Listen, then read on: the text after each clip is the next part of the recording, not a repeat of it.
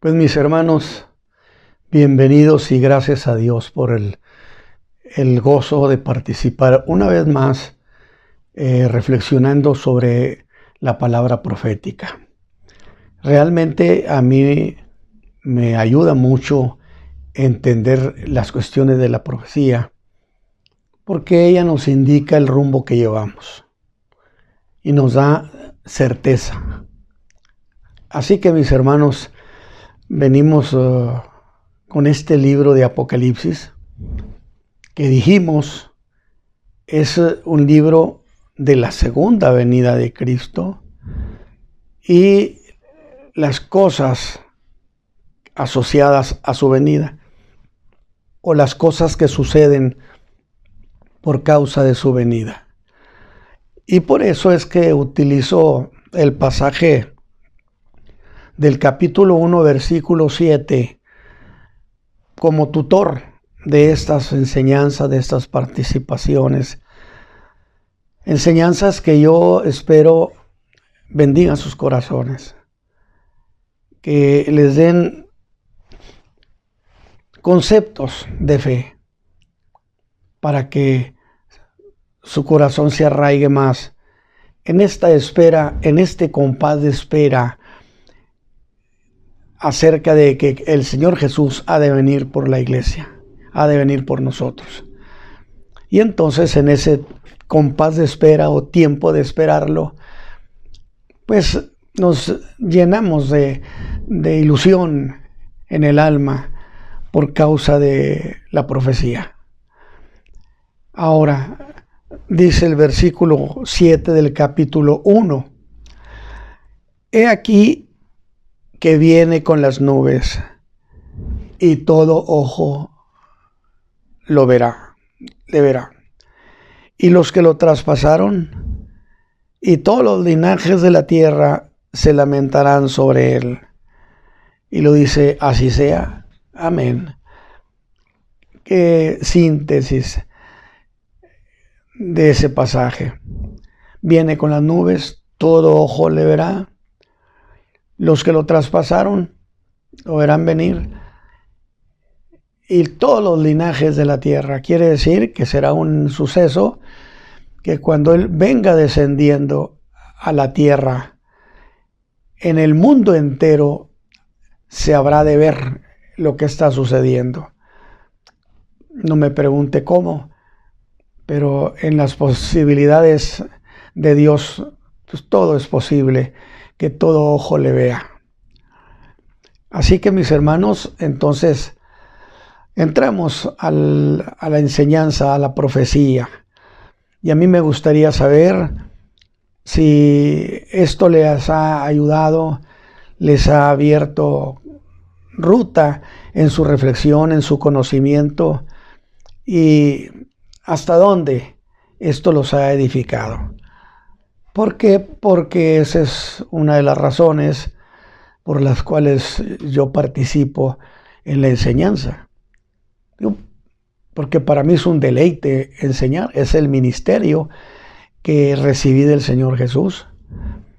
Pero además, cuando yo enseño sobre estas verdades de la fe, yo me edifico, yo disfruto. ¿Por qué? Porque es un gran placer hablar de lo que Él hizo, de lo que Él dijo, hablar de lo que ha prometido y tratar de entender lo más que nuestro conocimiento humano puede llegar a entender. Y bueno, todavía estamos recordando, no se olvide, que venimos con las llamadas 7 iglesias. Éfeso, Esmirna, Pérgamo, Tiatira, Sardis y estas últimas 2, Filadelfia y Laodicea, que ya le estamos viendo la orilla, hermanos, para entrar a la segunda parte del libro, que es las cosas que son, o las cosas que han de ser después de que fueron las cosas que son. Es decir, lo que estamos hablando de las 7 iglesias. Y alguna vez alguien me comentó ¿qué sentido tiene que hables de tantas cuestiones históricas? Yo le dije, bueno, es que la profecía es eso, es historia. Porque la vida de la iglesia en la tierra se da en un contexto histórico, es decir, en un suceder, en tiempo y lugar. Entonces la iglesia ha caminado en la ruta del tiempo en este mundo y en torno a ella han sucedido muchas cosas. Entonces ese lado histórico no puede ser jamás omitido.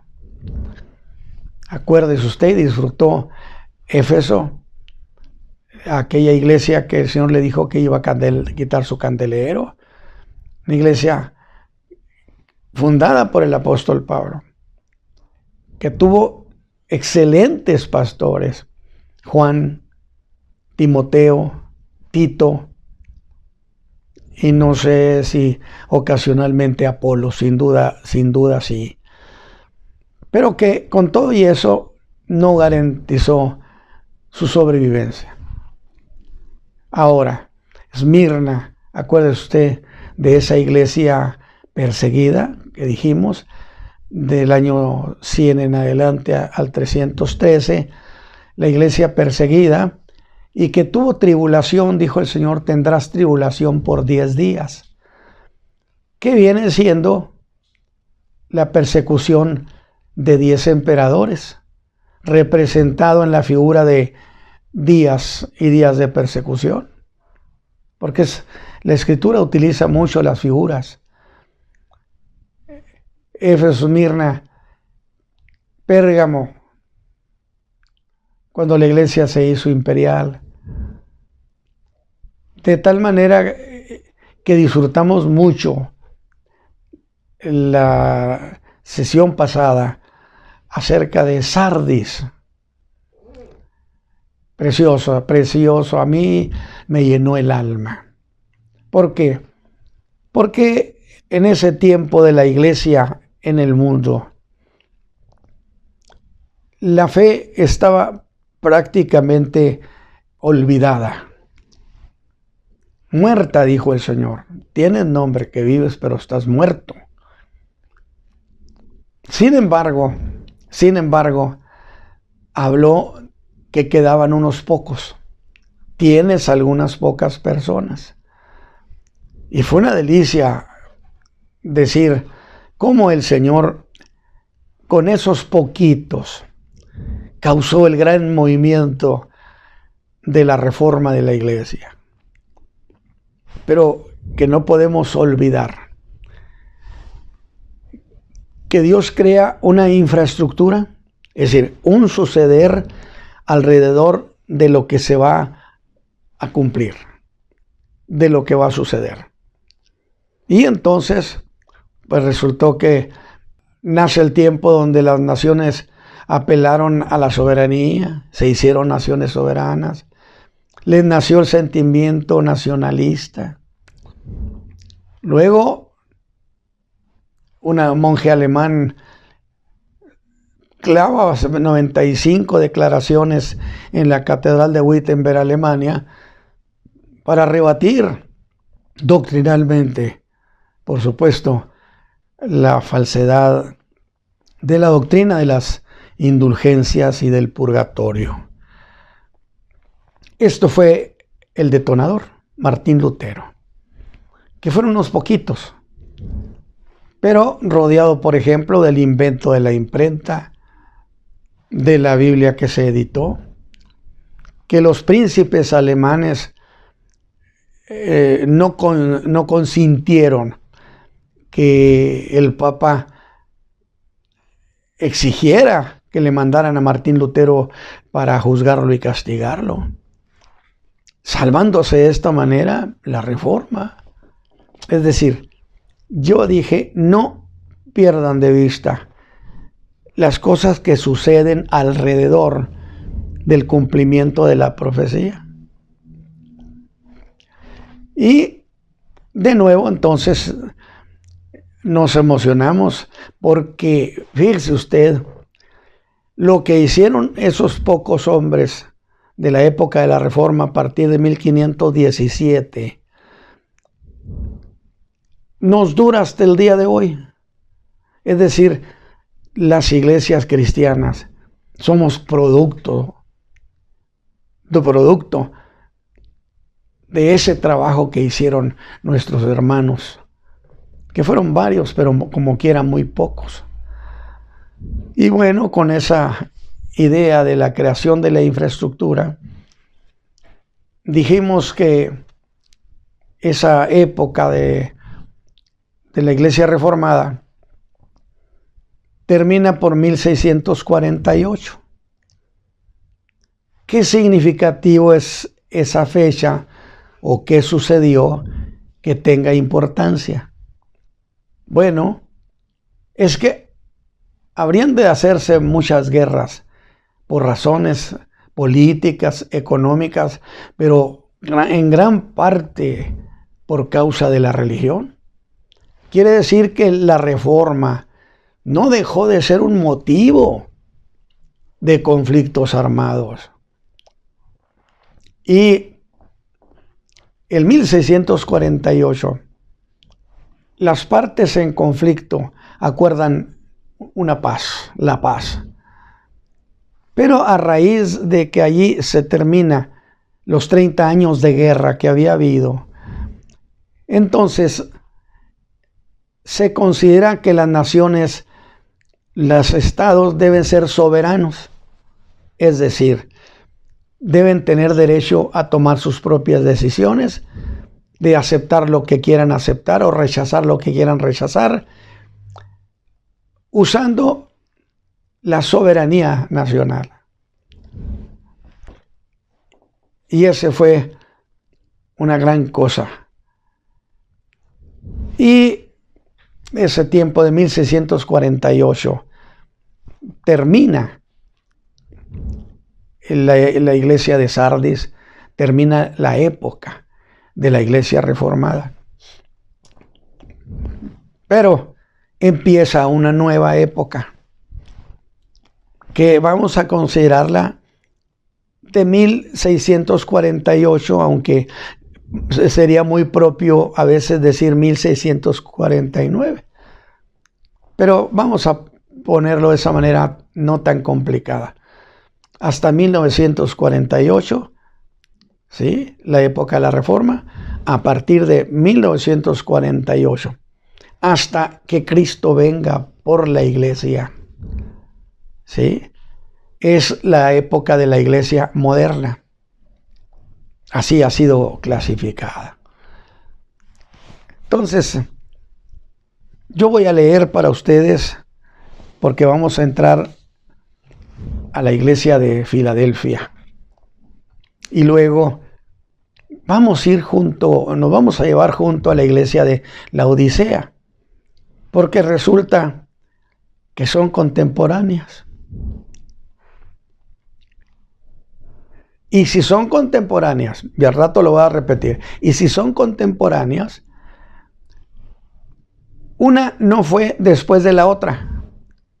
Es decir, termina la época de Filadelfia y ahora empieza la de Laodicea.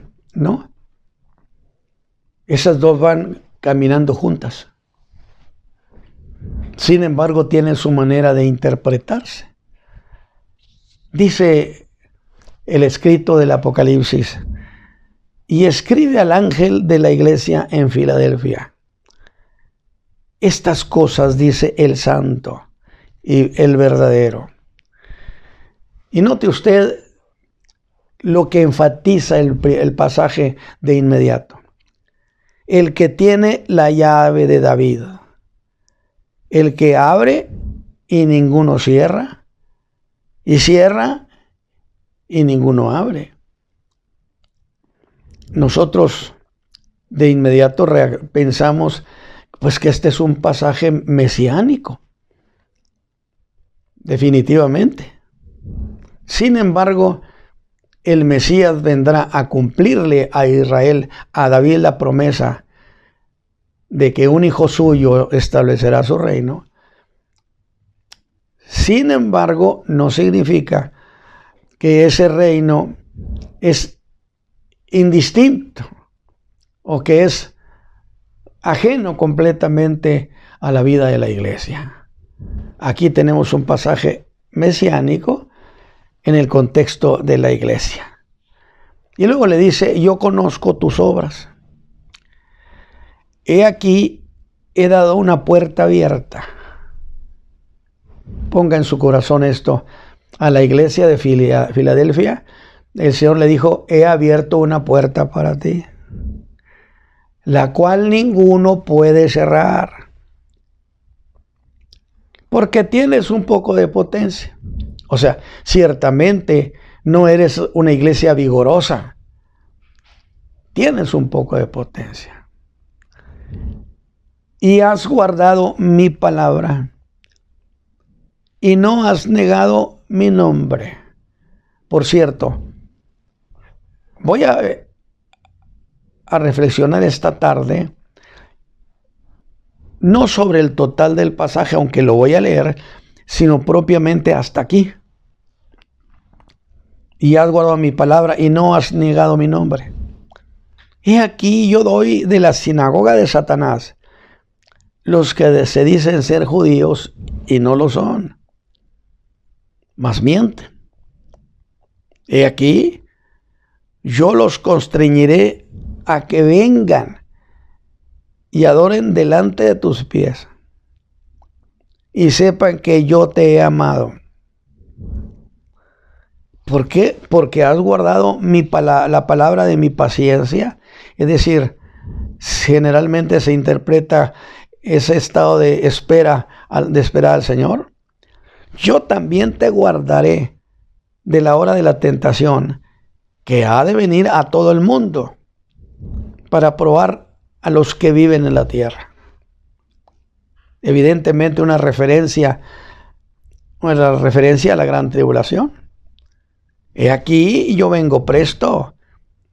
Retén lo que tienes para que ninguno tome tu corona.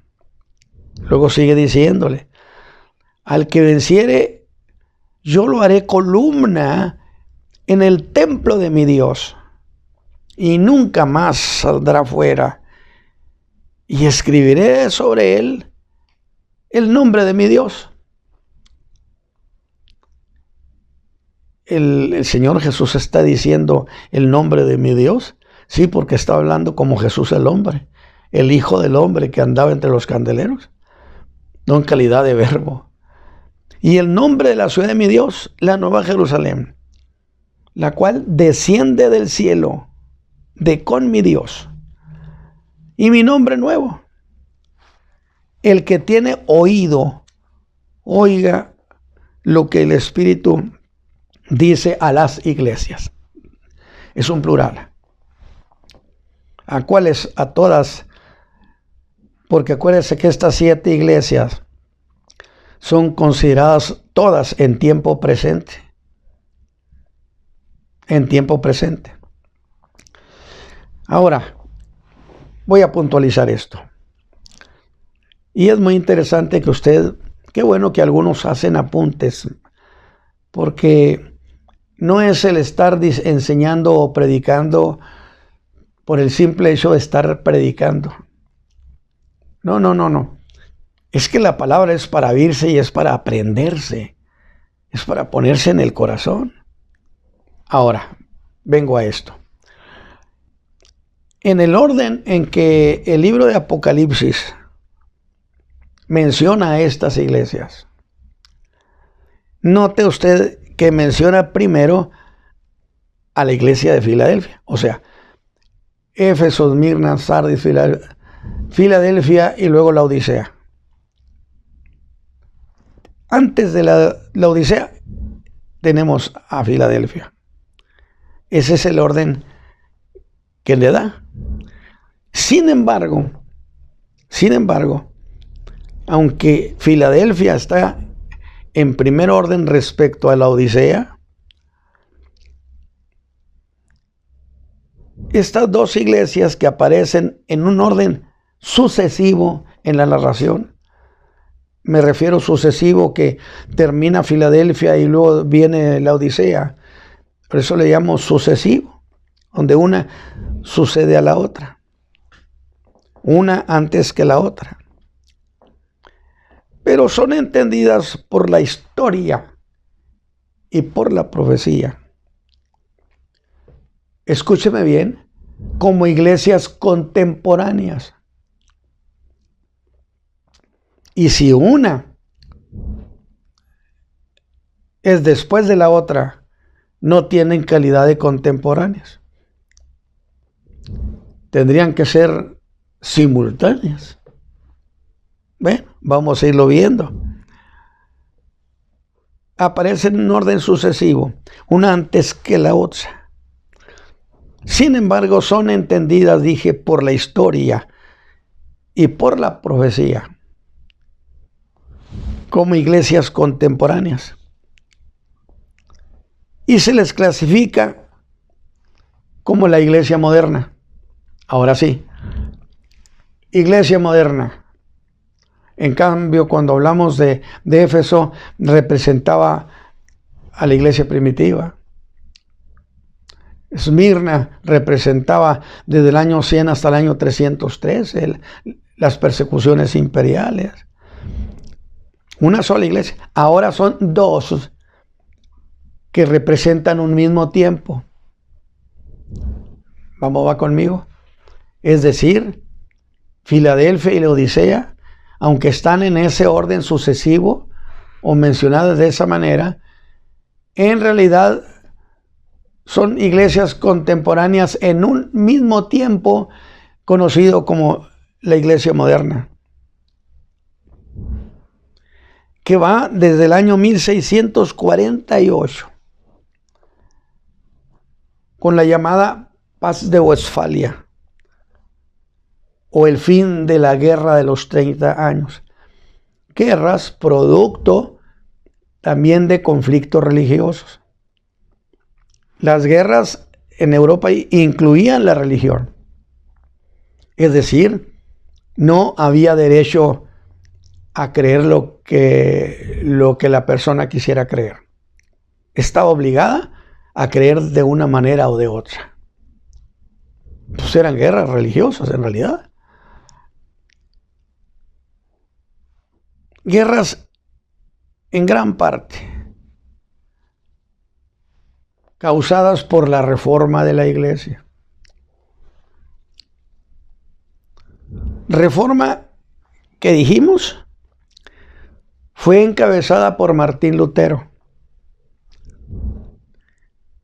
y que fue motivo de guerra con las naciones, con los principados alemanes. Y vuelvo a lo mismo, otra vez nos encontramos con Alemania. Interesante, ¿eh? Interesante. Me encuentro a las tribus bárbaras de la región de Germania, que golpearon al Imperio Romano Occidental en el 476. Luego nos encontramos ahora aquí con la época reformada, con un monje alemán, Martín Lutero. Nos encontramos con un alemán que inventó la imprenta, con un alemán que sacó la primera Biblia, con príncipes alemanes que favorecieron a Martín Lutero. Y resulta que en estas guerras del norte de Alemania hicieron fuerte la reforma. Pero todo eso cambió, dije, en el año de 1648, donde nace la idea de que los estados fueran soberanos, es decir, donde no habría injerencia ni para una cosa ni para otra. Sencillamente eso, soberanía nacional. Entonces, que es un extraordinario ingrediente para propagar el evangelio. Bueno, y aquí es donde vamos prefigurando las palabras del Señor Jesús cuando habla de les he abierto una puerta. ¿A quién? A la iglesia de Filadelfia. Todo eso, dije, cambió desde 1648, cuando las naciones se declararan soberanas, o nace los conceptos de Estado soberano, o bien se retoma corrientes que tenían siglos atrás. Y por consecuencia,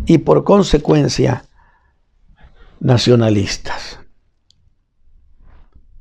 Y así empezó este tiempo conocido como la Edad Moderna. ¿Qué dijimos? Desde 1648 hasta que Cristo venga. Usted me va a decir, ¿por qué dice así? Les recuerdo lo que ya expliqué. Porque las 7 iglesias representan el periodo de tiempo que la iglesia ha de estar en el mundo. Hay un suceder en relación a la iglesia. Pero después de la 7ª ya no hay la 8ª iglesia. No hay un nuevo tiempo. No hay un nuevo suceder en la tierra para la iglesia. Por consecuencia, se entiende, y creo que con toda justicia, que estamos hablando en el momento cuando Cristo levante a su pueblo. Entonces, desde 1648, ¿hasta cuándo? Hasta la venida de Cristo. Ahora, la Escritura clasifica a Filadelfia y a Laodicea, o mejor dicho, la interpretación clasifica a Filadelfia y a Laodicea como iglesias contemporáneas, en un mismo tiempo. Y que, insisto, no iglesias en un orden sucesivo, donde una termina su tiempo y empieza la otra. No. Entre ellas no hay esa diferencia, son contemporáneas, que van, como he dicho, desde 1648, evidentemente hasta la venida de Cristo. Y que yo también le dije, usted encuentra que no existe en ese periodo de las 7 iglesias ningún suceso de carácter universal, de juicios, de tragedias en la raza humana, con carácter universal, como sucede en la gran tribulación, que son cuestiones de carácter universal, el mundo entero. Son cosas distintas. Esto lo digo para que usted, mi hermano, tenga confianza. La iglesia no va a participar en la gran tribulación. Digo porque es necesario que tengamos conciencia de esas cosas. Sin embargo, ahí vamos. Aunque son contemporáneas, y yo en la interpretación no la estoy poniendo como iglesia sucesiva, es decir, donde termina Filadelfia y ahora empieza Laodicea. No. Van juntas. ¿O no, hermanitos? Son contemporáneas. Sin embargo, a pesar de eso, debo hacer una distinción entre ellas. ¿Cuál sería esa distinción, hermano Ramos? Aunque esas 2 iglesias van desde 1648 hasta la venida de Cristo por la iglesia, ¿sí? En realidad es Filadelfia la predominante o la dominante en la narración profética. No se va de la escena la iglesia de Laodicea junto con Filadelfia, son épocas contemporáneas. Sin embargo, es el espíritu de Filadelfia, en que en esos años es dominante, prevalece, supera a la condición que va a tener la iglesia tibia de la Odisea. Sería muy evidente esa época emotiva, gozosa, alegre, donde en el mundo se propagó el Evangelio de Jesucristo.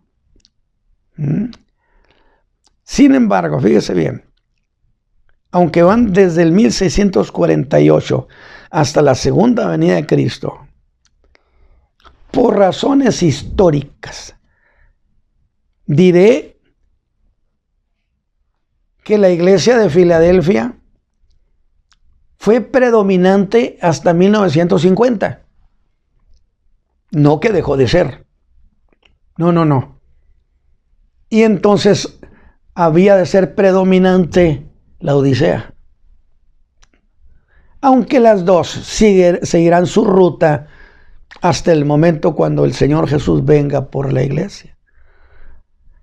Yo espero que esto que estoy diciendo haya sido capaz de explicarlo de la mejor manera. Por razones, fíjese bien, de nuevo, las dos son contemporáneas. Las dos representan la era moderna de la iglesia. Sin embargo, aunque son contemporáneas, por muchos años, yo diría pues casi o por 300 años o casi por 300 años, el espíritu dominante fue el de Filadelfia, una iglesia que guardaba la palabra, una iglesia espiritual, una iglesia que tenía emociones por anunciar a Cristo. Dominantemente hasta 1950. Y tengo razones muy valederas que yo espero que sean valederas para usted. Y a partir de allí predominará la Odisea, la condición de una iglesia apática, fría, desinteresada y miope. Ahora, aunque eran literalmente dos iglesias del Asia Menor del primer siglo, representaban un mismo tiempo históricamente, pero tiempo donde el carácter moral y espiritual de la iglesia de Filadelfia, ¿sí?, predominaba, dije. Es decir, está bien, son dos iglesias de la misma época, ahí van, y lo vamos a ver. Sin embargo, eran años en que Filadelfia era dominante. Y a partir de los años de 1950, las cosas cambian. Bueno, pero que no sea un decir por decir. Cambian, pues, ¿qué pasó? ¿Sí? Es cuando llegó un cambio de paradigma, que se le llamó el cambio de paradigma, que también puede ser considerado como fruto de la llamada nueva era, y que causó sus tesis, sus corrientes, lo que enseñan, causó un profundo cambio en la vida cristiana, en el cómo entender la fe, en el cómo vivir la fe, de tal manera que es tan notorio como piensan la iglesia contemporánea, ahora 100 años de estos tiempos, respecto a la iglesia cristiana del 1950 para atrás. Usted sabe que se estigmatizó. Es que en realidad ellos están atrasados en el tiempo. Era época cuando se decía, nunca te confías de alguien que tenga más de 30 años. Entonces vino un cambio de paradigma, que también lo voy a a plantear formalmente. Pero debo insistir que en esta época de 1648 hasta la venida del Señor por la iglesia, Filadelfia y la Odisea, o sea, estoy insistiendo, ratificando, volviendo sobre mis pasos para que esto quede bien marcado en su entendimiento. Filadelfia y la Odisea ciertamente fueron dos iglesias del primer siglo, ¿sí? Pero que representan dos condiciones de la iglesia contemporánea. O sea, la iglesia en el primer siglo, esta representaba esto, una época. En este caso de Filadelfia y la Odisea, que eran dos iglesias del primer siglo en el Asia Menor, representan la Edad Moderna, donde en un primer tiempo, que dije es el de Filadelfia, que lo logró, aún teniendo, como dijo el Señor, un poco de potencia, tienes un poco de potencia, o sea, te queda algo de vida espiritual. Pues con ese poco, en esos cerca de 300 años que representó los grandes movimientos de Filadelfia, se hicieron grandes avances en la promoción del Evangelio, en el surgimiento de iglesias, en la vida de fe, en la práctica de la fe. Y esos 300, escúchenme bien, porque estoy estableciendo cierto espacio de cosas. Esos cerca de 300 años fueron los años de los grandes predicadores. Usted si consigue por ahí un libro de historia de la iglesia, yo no voy a entrar porque indiscutiblemente no nos alcanzaría todo el año, pero usted puede conseguir un libro muy bueno que lo publica Editorial Vida, Historia de la Iglesia, ¿sí? Y usted va a encontrar allí estas cosas, la cantidad de hombres que intervinieron en esas épocas y que hicieron hazañas, de veras. Decía uno de los grandes predicadores, y que, por cierto, formó una asociación misionera, que había que esperar grandes cosas de Dios, pero que había que hacer grandes cosas para Dios. Era los años de la audacia. Sí. Y les funcionó. ¿O acaso no dijo que el Señor que les había abierto una puerta? Ándele, vamos bien conmigo. Funcionó todos esos años porque la puerta la había abierto el Señor. Y una puerta que Él abre nadie la cierra. Fueron tiempos de grandes avivamientos. Tiempos de los grandes evangelistas, con sus grandes cruzadas evangelísticas al aire libre. Tipo la cruzada de Felipe en Samaria, donde había cientos, miles de convertidos. Las iglesias nacieron por todas partes y crecieron. Época donde había un gran fervor y que en lo personal, como nosotros recibimos el Evangelio por el año 1950, en esos años de la década de los 50,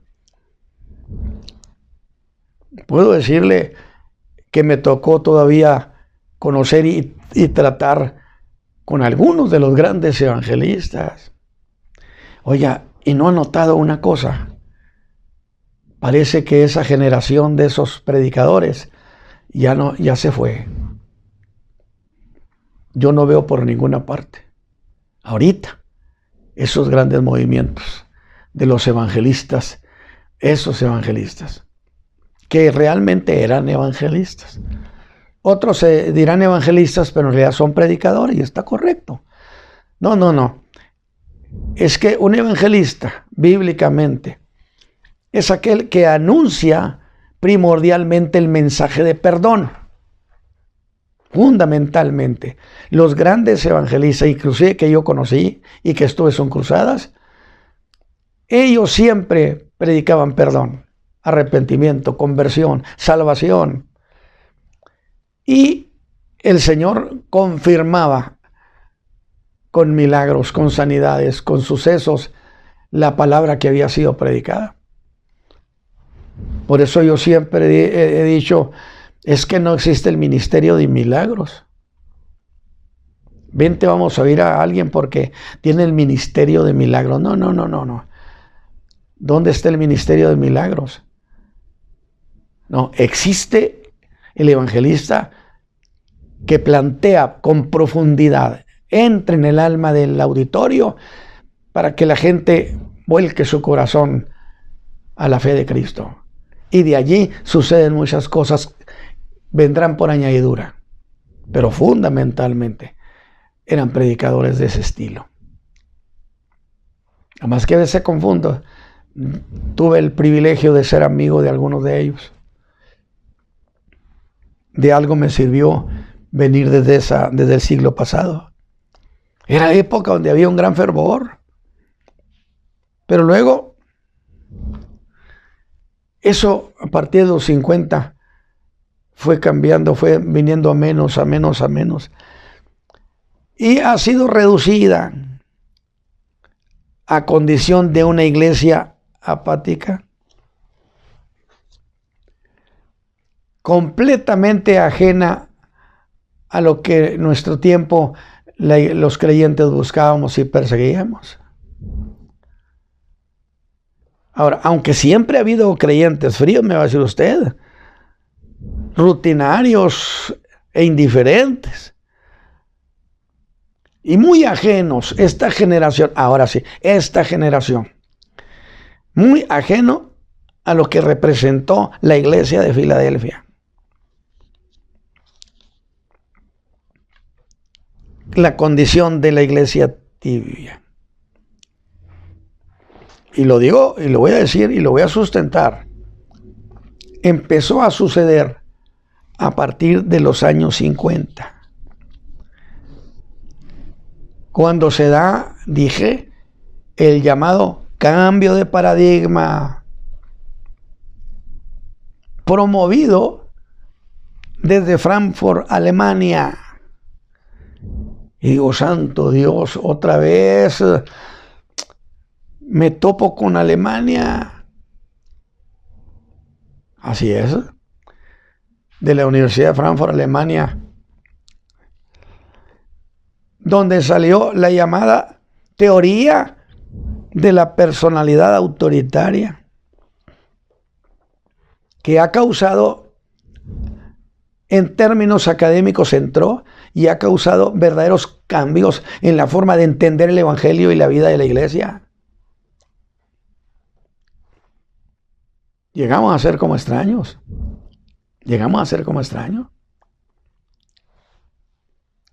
Yo testificaba, y lo voy a decir, una reunión que me invitaron, una reunión juvenil.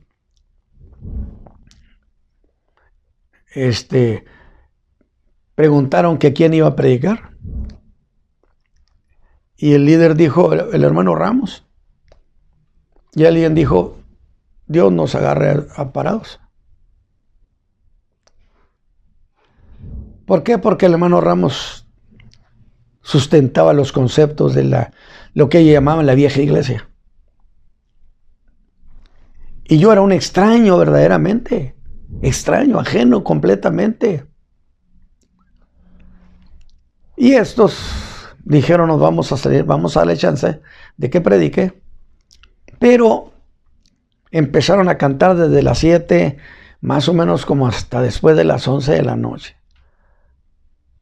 han de haber pensado, lo vamos a cansar y ya nomás nos va a venir a decir, muchachos, que duerman bien, que yo también ya me voy a dormir.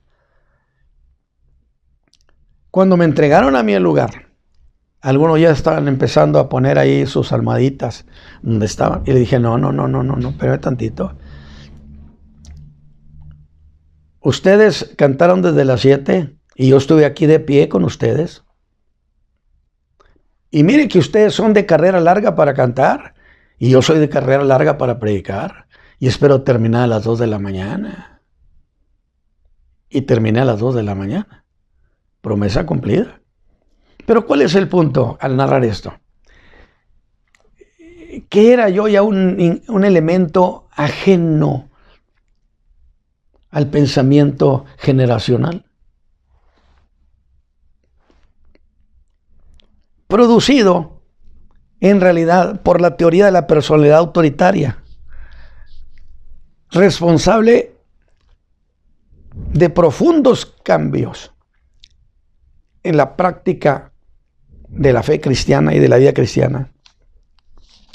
Y por primera vez en la historia de la iglesia cristiana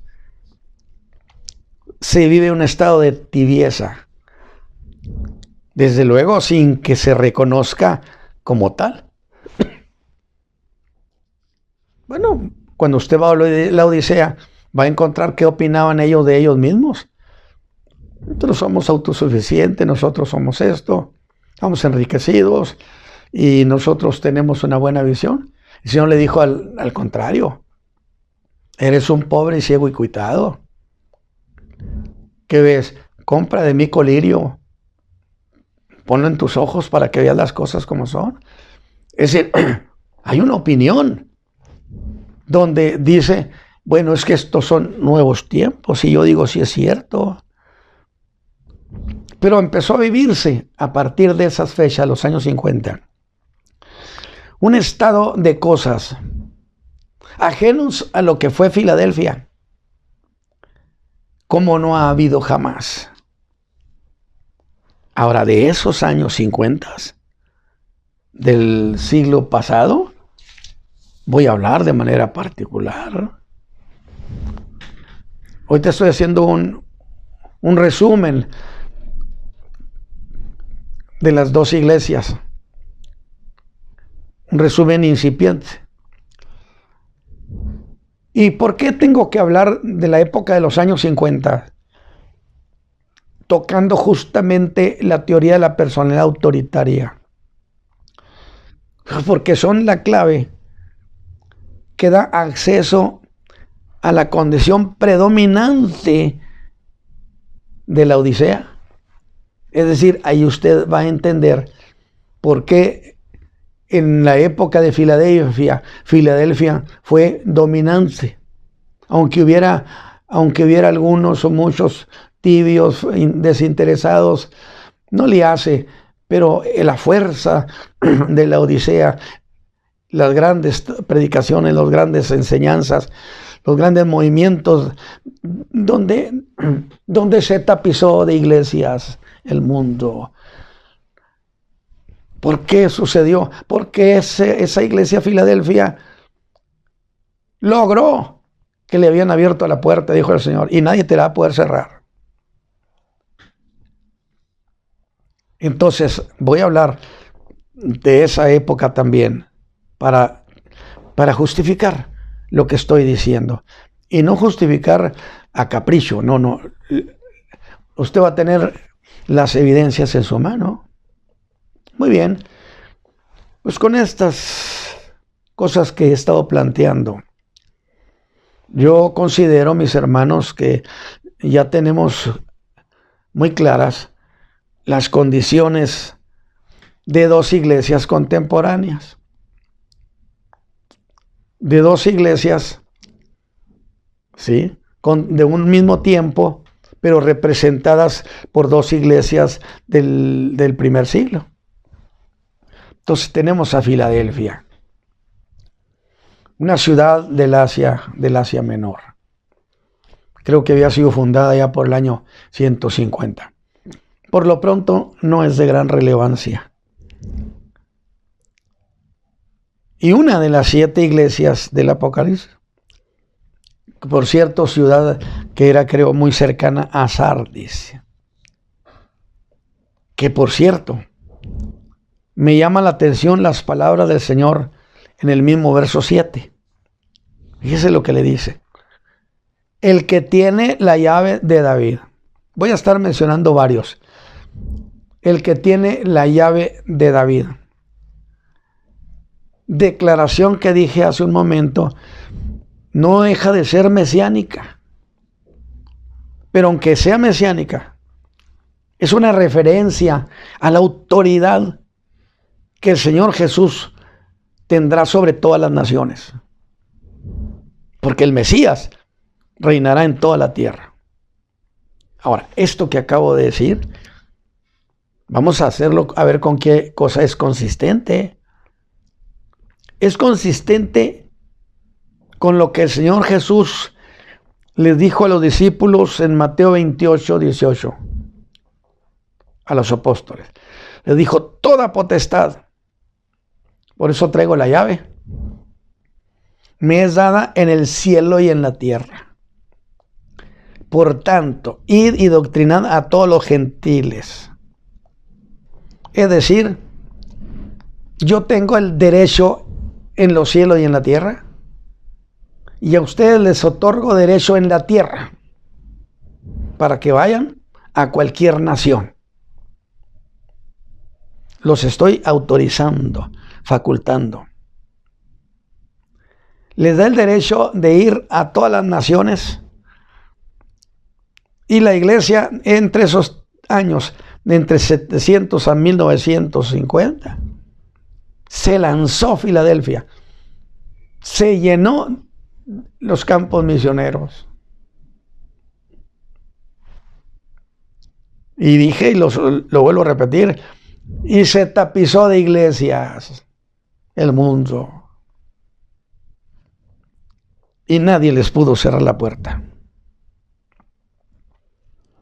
Porque en el verso 8 le dice, he aquí, he dado una puerta abierta delante de ti, lo cual ninguno puede cerrar. ¿Por qué nadie la puede cerrar? Pues porque la llave la tiene el Señor. Pero déjeme poner estas declaraciones del Señor en un contexto. A ver qué les parece. Y es que resulta que la ciudad de Filadelfia pues tenía su Dios. Y el Dios pagano, por supuesto, de la ciudad de Filadelfia era llamado Jano, un dios romano, llamado el Dios de las puertas, el que las abre, el que las cierra. Ahora sí tiene sentido lo que Jesús dijo, la llave la tengo yo, y abro y nadie cierra, y cierro y nadie abre.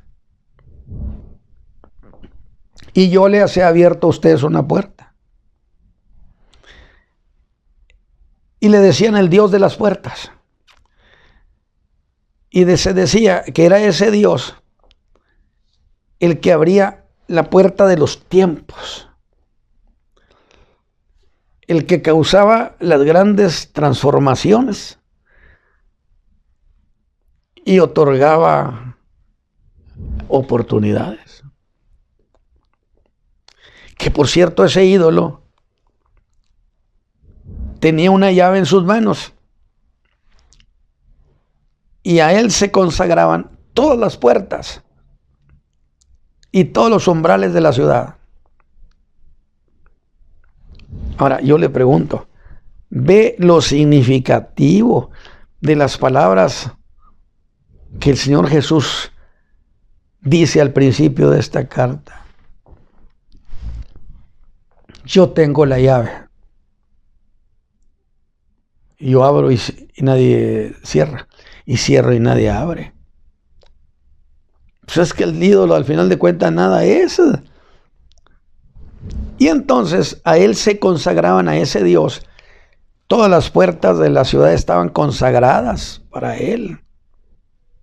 Por eso le pregunto, ¿ve usted lo significativo de las palabras que el Señor Jesús ha dicho al principio de su carta a Filadelfia? Pues frente a todo eso, el Señor les dice a los fieles de esa iglesia que tienen un poco de potencia.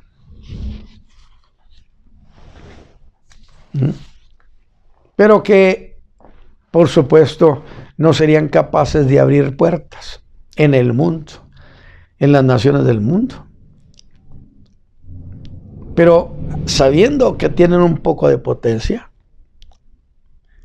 les ha abierto una puerta que ninguno puede cerrar, porque la autoridad la tiene Él. Qué idea tan encantadora. Yo no sé si usted la está percibiendo igual que yo.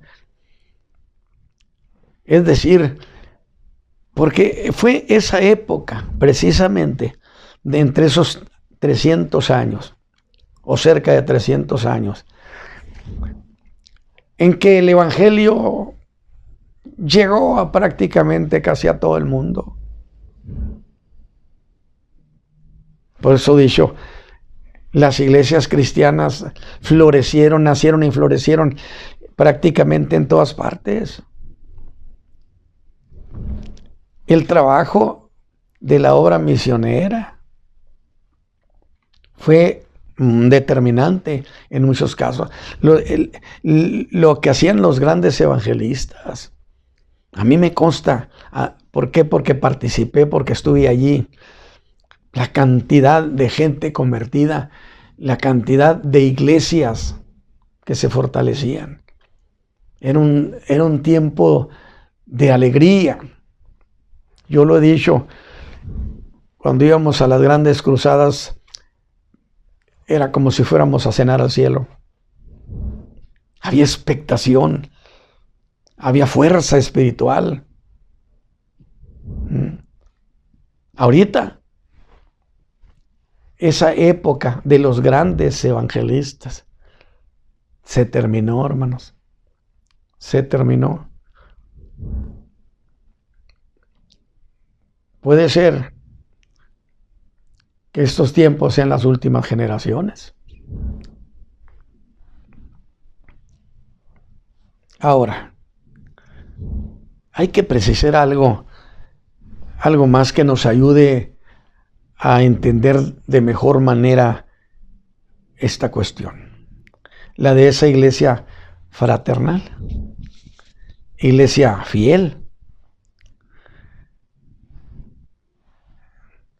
Una iglesia, dijo el Señor, que ha guardado mi palabra, número 1. Y 2, no ha negado mi nombre. La otra, fría, engreída, autosuficiente, considerándose enriquecida y que tiene la mejor visión de las cosas espirituales. A la que el Señor le dijo, no, usa buen colirio. Tú dices que estás muy rico, no, compra de mí oro afinado para que tengas verdadera riqueza.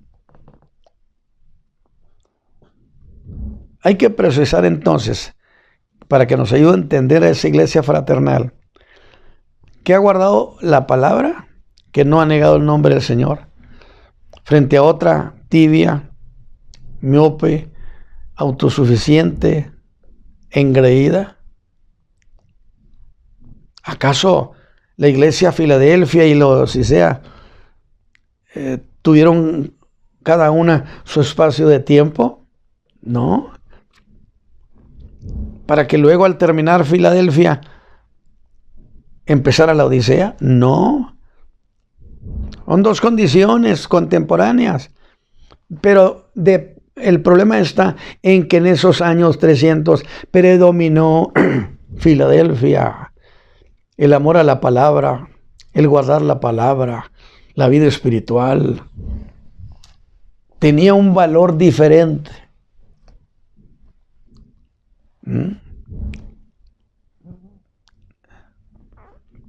Porque ninguna de las dos termina. Estarán hasta el día en que Cristo venga por la iglesia.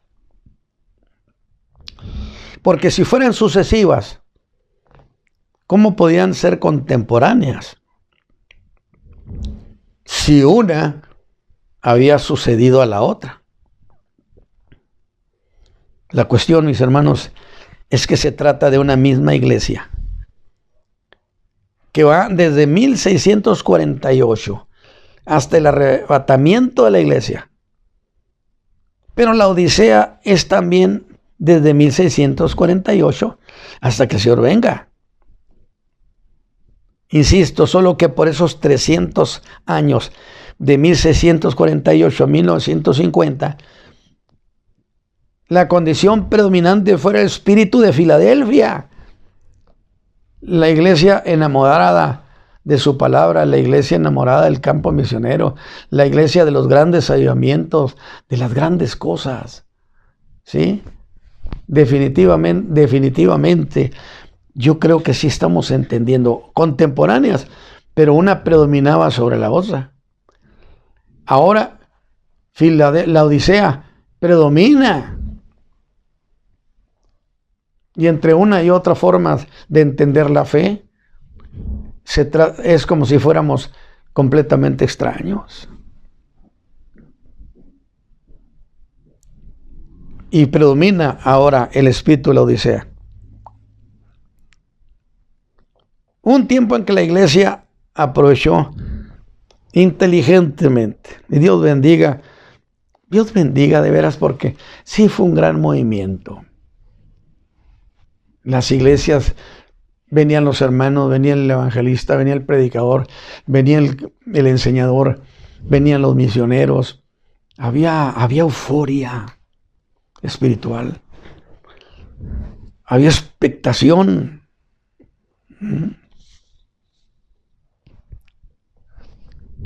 Esto fueron cerca de 300 años. Época que terminó. Época de mucho fruto, en el que Dios le dio a la iglesia grandes hombres de la palabra, enseñadores. Tiempo cuando nacieron las asociaciones misioneras y muchos misioneros se lanzaron al mundo porque el Señor les dijo que la puerta estaba abierta y los convocó a que entraran por ella, que nadie los podría detener. Insisto, y el mundo se llenó de iglesias cristianas. Estoy por terminar prácticamente. Y si a eso le damos sentido profético, sería que la iglesia de esos años aprovechó esa puerta que el Señor abrió delante de la iglesia. Pero hago una consideración. ¿Y esa puerta abierta fue nada más para que entrara a Filadelfia? Definitivamente no. Para que entrara también la Odisea.